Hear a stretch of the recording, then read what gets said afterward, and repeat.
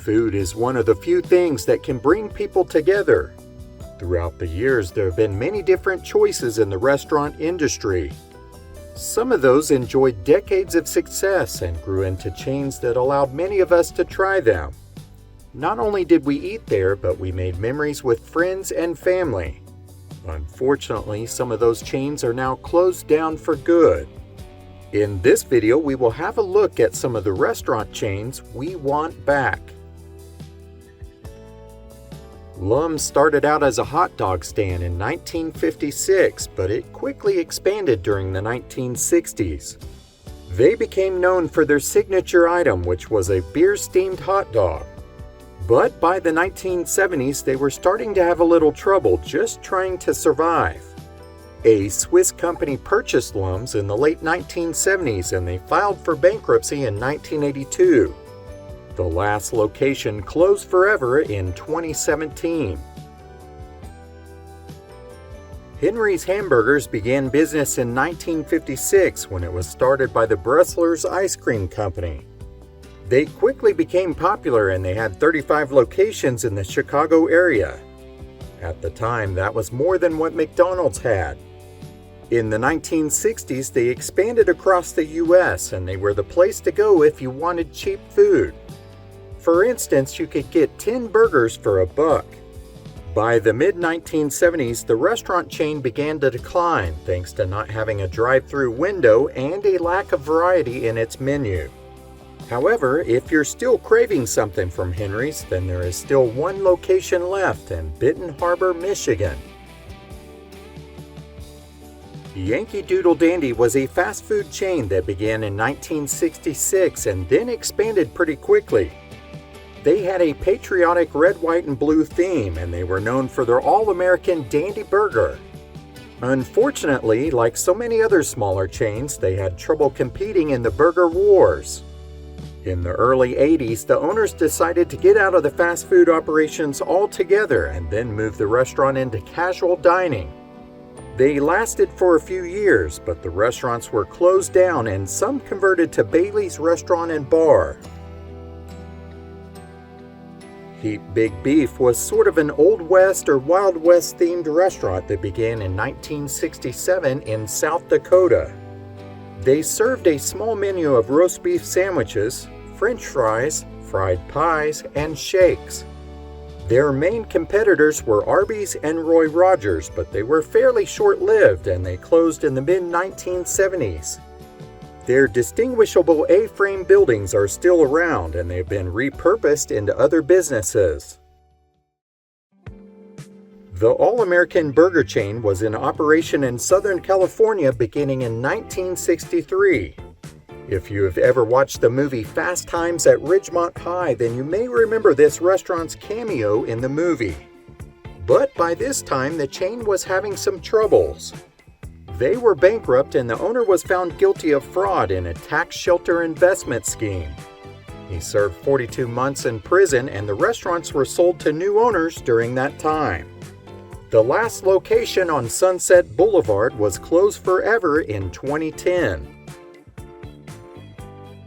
Souplantation was a healthy all-you-can-eat buffet-style restaurant chain that began in 1978. The chain was doing well with their business plan for 42 years until COVID hit, which put a damper on buffets. They did not have any takeout option, which forced this restaurant that once had 97 locations to close down in 2020. Yogi Bear's Honey Fried Chicken began in 1968 in South Carolina. They set out to compete with KFC in the Southern fried chicken market. What better way to do that than to capitalize off the popularity of Yogi Bear? The restaurant made a deal with cartoonist Hanna-Barbera and then started franchising its chicken operations. Although this is no longer a restaurant chain, there is still one last holdout location that is still in business in Hartsville, South Carolina. White Tower Hamburgers started in 1926 in Wisconsin. What's interesting about these restaurants is the fact that they were eerily similar to another Midwest-based chain that you were probably familiar with. White Tower came along just 5 years after White Castle began. The White Tower restaurants were not related to them, but they were tiny castles that were painted in white, and they also served tiny little burgers. Both chains ended up having some nasty lawsuits between each other. Despite that, White Tower stayed in business until the 21st century when they shuttered in 2004. Burger Chef began in 1954 in Indiana. They were the first ever to use the flame broiler, and that set them apart from their competition. The restaurant chain enjoyed a lot of success in the 1960s and 1970s. In fact, at one point in the 1970s, they were second only to McDonald's in the number of restaurants.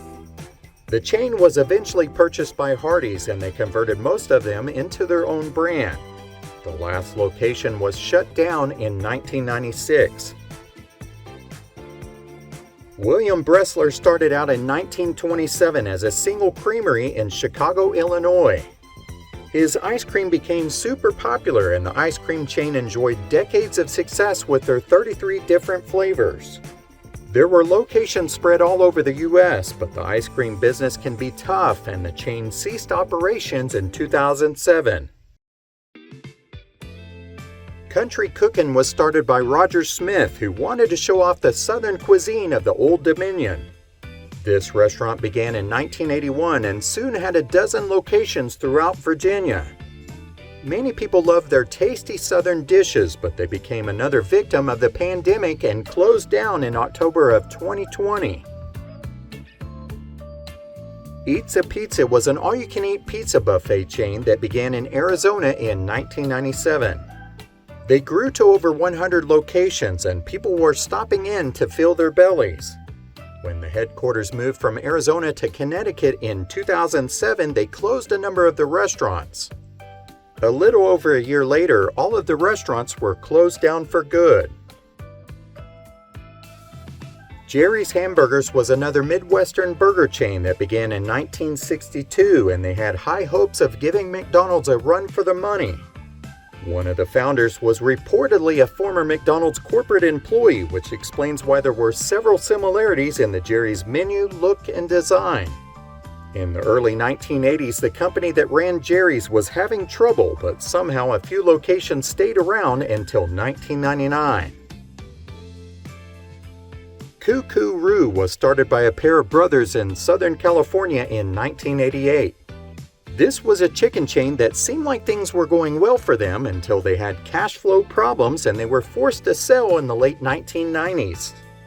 That did help them to survive, but the brand changed hands once again and all the restaurants were closed in 2014.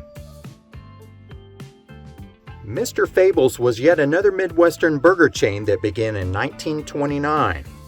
They were known for their olive burger, onion rings, and secret sauces. This Michigan-based chain saw some success for several decades until the turn of the millennium when they were closed for good in 2000. A former employee still owns the brand name, but so far there aren't any plans to bring this one back. Red Barn was a chain that once had several hundred locations across the U.S. and even some in Australia. They began in 1961 in Ohio, but they were eventually purchased by the company that also ran the Motel 6 chain. The company's resources were pulled from the restaurants and put into the hotels. The locations in the U.S. were transformed into other restaurants, but the ones in Australia were bought by McDonald's. These restaurants have had a funny life cycle. When they die out, they got quickly forgotten. They are not like old television shows that live on in syndication or some streaming platform. These are places that we will never experience again. What were some of the favorite restaurants that you once enjoyed that are no longer around? Let us know in the comments below. As always, thank you so much for watching.